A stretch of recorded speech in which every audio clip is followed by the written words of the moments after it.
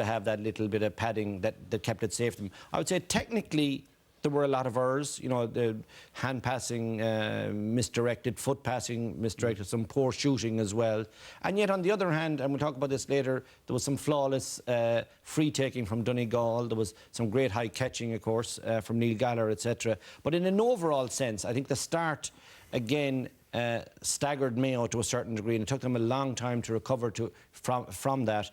And Donegal had the little bit of experience of last year, knowing how to protect the lead. And I never thought Mayo absolutely threatened that lead, you know, from the 10th minute on. They got close, but not close enough. So in an overall sense, I would say Donegal would be thrilled. I mean, the standard of how the final is when you win it really doesn't matter. Yeah. But in an overall sense, for the purists looking back, you know, in 20 years, I'd say it was one of the more average finals in terms of the technicalities. All right then, so tactically, Martin made a reference earlier to tactically, and it was a great start. Tactically, and the start was always going to be important days with both teams coming in not used to All-Ireland finals.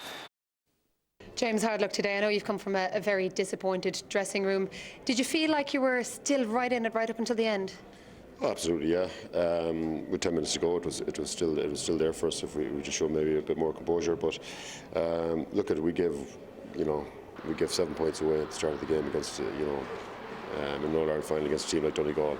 It's very, very hard to come back from that. But we kept plugging away. We kept at it. We kept going. The guys kept trying. And with a bit of luck, maybe there at the end we could have been thereabouts. But look at Donegal deserved their victory, and good luck to them. Yeah, because you did seem to recover from that early blow. You brought it down to 3 points at one stage. Yeah, the second quarter we played very, very well, and at the start of the second half we had a few balls, but some of our basic skills let us down. First touch wasn't what it needs to be on All-Ireland final day, and ball was hopping off us a little bit, and that was giving Donegal momentum, and they were counter-attacking, so we were putting ourselves under pressure. So it's some simple stuff that cost us really today, because that game was there first, but we just couldn't get ahead and couldn't take it. You took a lot of people by surprise this year with your performances and with your march to the All-Ireland final. I would presume that you won't be taking too many people by surprise next year. Look, we took people by surprise last year as well. Look, we keep doing our stuff. We got to the league final, we got to the All-Ireland final, and this team is improving all the time. It certainly is, and we know, today those hard lessons for us. Some of the simple and basic fundamentals of the game weren't as good as they need to be. So we'll take it on the chin, and we'll head away, and we'll think about those over the winter. All right, Kieran, reaction from a Mayo point of view. Yeah, I think, Des, listen, it's tough for Mayo tonight, to lose an All-Ireland final is gut-wrenching, I'm sure, for them. But I think there is hope there, if you put aside that bad start, they did compete well, they never lay down, they showed a bit of character to get back in the game. In terms of championship appearances, they've only half the amount of championship appearances under the belt that collectively that the Donegal team do. So James Horan has done a good job with them. They are on an upward curve, and if he can just get them to recover and instill that bit of belief in them, that next time they're right back in Croke Park, they should learn from today. And I think there is a bit of hope for Mayo tonight. You know them as a group, Kevin. Burlington Hotel, and rejoin Michael Lester. Well, back here at the Burlington Hotel, I can tell you the victory banquet is in full swing. It's getting louder and louder as the night goes on, and I'm sure that noise is not going to abate. I'm joined here now by two more heroes of this afternoon's win. I have with me Rory Cavanagh, their midfielder, and of course Colin McFadden, who scored one of those vital early goals today. Colin, like Rory beside you, the two of you have soldiered for quite a few years for Donegal, so this is extra special. Yeah, I suppose the two of us have been playing for about 10 years each, and finally in the last 2 years the success we had is just unbelievable, and we're totally grateful for Jim and Rory and the background team for giving us that opportunity. It's feeding back. I think now that 2 years in we've got 2 Ulster medals in All-Ireland, it's just incredible. It is, when you win like that, when you win Ulster titles, and of course the All-Ireland today, for all those years, did you think a day like this would ever come? I suppose you always dream of a day like us here. Since a kid, it's your dream to play in an All-Ireland final and to win an All-Ireland. For it to finally come through today is just brilliant. Even to wait the 10 years makes it even more special. And Rory, obviously you would echo those sentiments, having been there yourself, like Colin, for all those years. Yeah, listen, Michael, we soldiered for a long time, 10 years, and I suppose we never dreamed of this. Jim came in there with Rory a couple of years ago, and He believed in us. In fairness, he totally transformed the squad and the players' mentality, and thankfully we got our reward today. So, Rory, is that what made the difference to you the last 2 years? Because, let's face it, a lot of people around the country thought that some of you lads weren't taking this thing too seriously. What do you mean? Donegal had a reputation for partying? Whoa. That's a big comment there. That's a big comment. No, listen, myself and Colin came in the tail end of that sort of experience, shall we call it. But anyway, listen, we're just delighted that someone like Jim and Rory came in and really got us focusing and believing again. And, you know, we inherited a group of players there from under 21s who were used to winning things, and they came in, and it was like a new spring of life for the rest of us. And, you know, that gave us the shot in the arm that we needed. And thankfully, you know, today we got our reward, and it's just unbelievable. Colin, I have to ask you about that goal you scored. Michael Murphy's first goal was a real bullet of a shot. You had to be alert for the second goal, of course, because it came back off the post.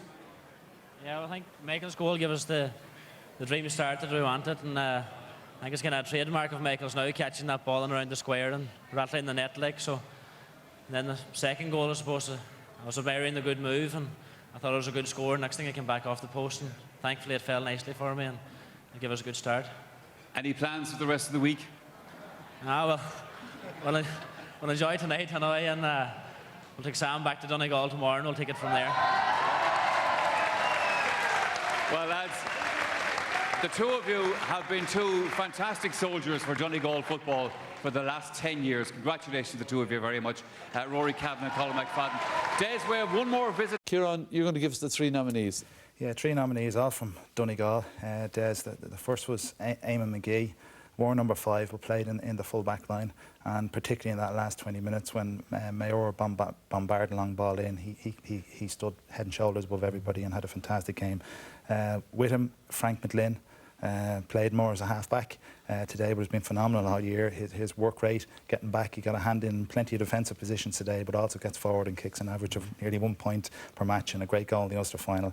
And the third then was Michael Murphy, as we spoke about, that goal from at the beginning of the game, an absolute bullet, and kicked some massive frees and a great score in the second half. All right then. I'm sure there's great tension and excitement down in the Burlington to find out who gets the award. Let's head back to the hotel and Michael. Well, I can tell you that here at the Burlington Hotel at the Victory Banquet, there was great approval of the team of the year that you guys picked there. But now, as you said, Des, the anticipation is who is going to be the RTE man of the match from this year's final. I won't keep you in suspense any longer. I have the envelope here, and I can tell you that it is a man who will obviously played a vital role in today's final. He also, ladies and gentlemen, captained the Donegal team today. It is their full forward, Michael Murphy.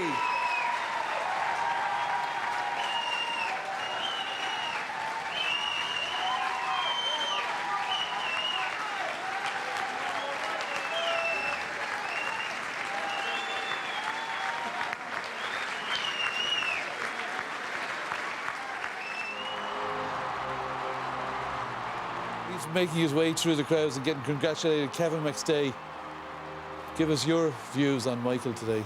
I won't even talk about his football prowess, because I think that's a given now. We've seen him all season. What I really like about him is the way he handles himself, the way he conducts himself, the way he linked what happened today with his native county, and the way that they tried to get ownership of the championship as a county. Like what they were doing on the pitch as a group of people would reflect what their county was all about. That kind of link, which is critical to riding the wave of a championship, in my view. He makes it effortlessly, and of course we would claim part of him. Yeah, bred by a Mayo man. There's very good Mayo blood in yes. Michael, but look, that goal he got, I'll never forget that goal. Yeah. Obviously, it hurt me as a Mayo man, but as a forward, to score a goal like that in an All-Ireland final was just magnificent. And we forget his youth, Martin, that he's only 23 and he's such a leader. It was well put, Kevin. I think the big thing about him is his leadership qualities he has. He knows what other players look up to him. Yeah. It's the link between the players and Jim. He's a fabulous leader. He brings up the players and does everything right for the players going into a game. Right. We won't keep him waiting. Let's go back to Michael. Michael.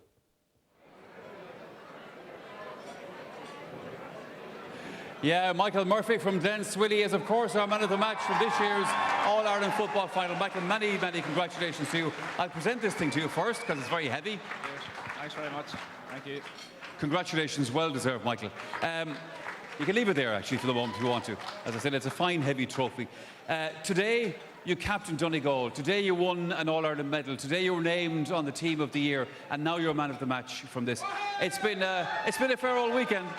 I suppose not a bad Sunday. I suppose. I suppose the one thing that they're all individual, accolades or whatever they are, but it's an old cliche that said, it's a whole team game, it's a whole 30-man game, it's the whole backroom team, everybody, it could have went from anybody today, from one right through to the 30, and, just suppose it had to be given someone, as I say, I appreciate the award, but as I say, it's dedicated towards all the other players and all the backroom teams, so just thanks to them. Well said. We were talking earlier on, of course, to Rory Cavan and to Colin McFadden. Two lads have been playing for Donegal for 10 years. You're one of the younger crop, so for you, it's all come sort of fairly quickly. I suppose it's come fairly quickly. It's probably the 5th year or 6th year maybe playing inter-county football, and say just to come into a team and play along with the likes of Colin and Rory and various other players. It's been an absolute privilege, and as I say, to play with this group of players now is something very, very special. Off the pitch we're very, very good friends, and we do a hell of a lot of things together too. So as I say, it's very, very nice to share moments like that on the football pitch too. Well, Michael Murphy, you've been a great ambassador for Donegal football and a great player today. Our man of the match from this year's final. Congratulations to you once again. That's it, Des, for the moment from the Burlington Hotel. I know that Martin McHugh is going to be heading down here a little bit later on to join the celebrations. And guess what? You're all welcome. Ballybuffy, Drumconnor, the Border, Kilcar, Gillibay, Dunlo, Mobile, Marlin, Bertingpot, up Donegal. Hold the back.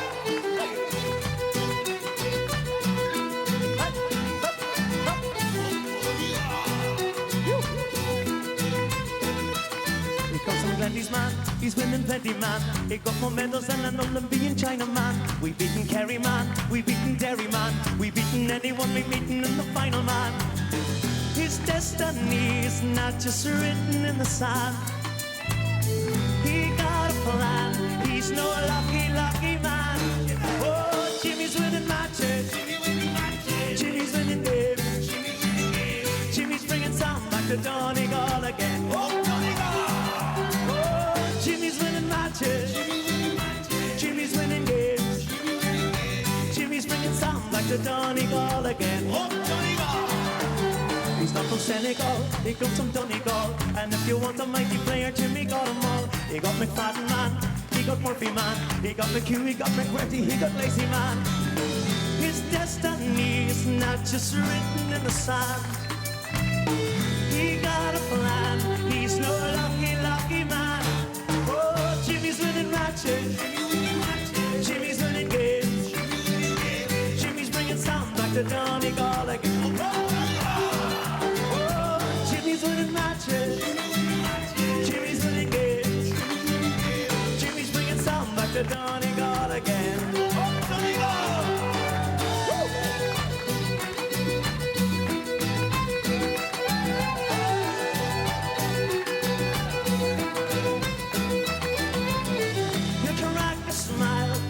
Standing next to you, been there before, back in 1992. Oh, Jimmy's winning matches, Jimmy's winning games, Jimmy's bringing sound back to Donegal again. Oh, Donegal! Oh, Jimmy's winning matches, Jimmy's winning games, Jimmy's bringing sound back to Donegal again. Oh, Donegal! Oh, Jimmy's winning matches, Jimmy's bringing sound back to Donegal again. Bringing sound back to Donegal again.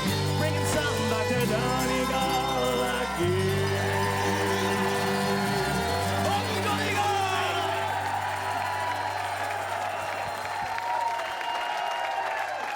They enjoyed that.